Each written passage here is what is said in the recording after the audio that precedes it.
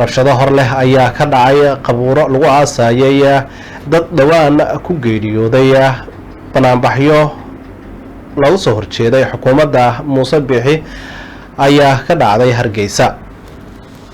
Igraan Shire ayaa warkan mar kale inoo faahfaahinaysa.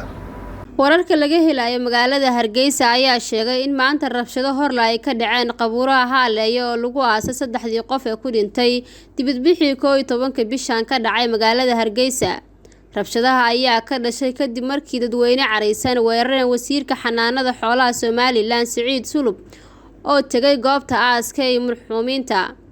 wararka ayaa sheegaya in dad careysan oo badnaa ehelada dadkii dhintay ay dhagaxaan iyo gacan ka hadal iskugu dareen wasiir Siciid Sulub iyo dad kale oo la socday, waxaana intaa kadib faraha ka baxday xaaladda taas oo keentay in rasaas adeegsadaan ciidanka ilaalada wasiirka, balse ma jirto khasaare ka dhashay siday noo xaqiijiyeen dad goobajoogyaal ah oo ku sugnaa qabuuraha.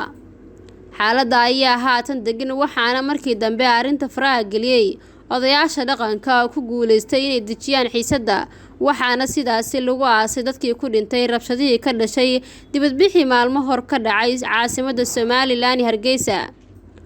wasiirka iyo xubno la socday ayaa sidoo kale si nabad ah goobta looga amba bixiyay markii xaaladda ay dejiyeen odayaasha dhaqanka ku sugnaa goobta.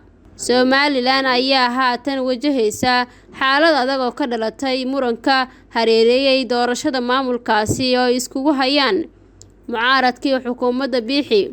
si kastaba lama oga sida ay wax noqon doonaan, balse xaaladda ayaa u muuqata mid ka sii daraysa, waxayna mucaaradka weli wadaan dibadbaxyadooda halka ay xukuumaddana adeegsanayso ciidamada ammaanka si ay uga hortagto rabshadaha ka socda halkaasi.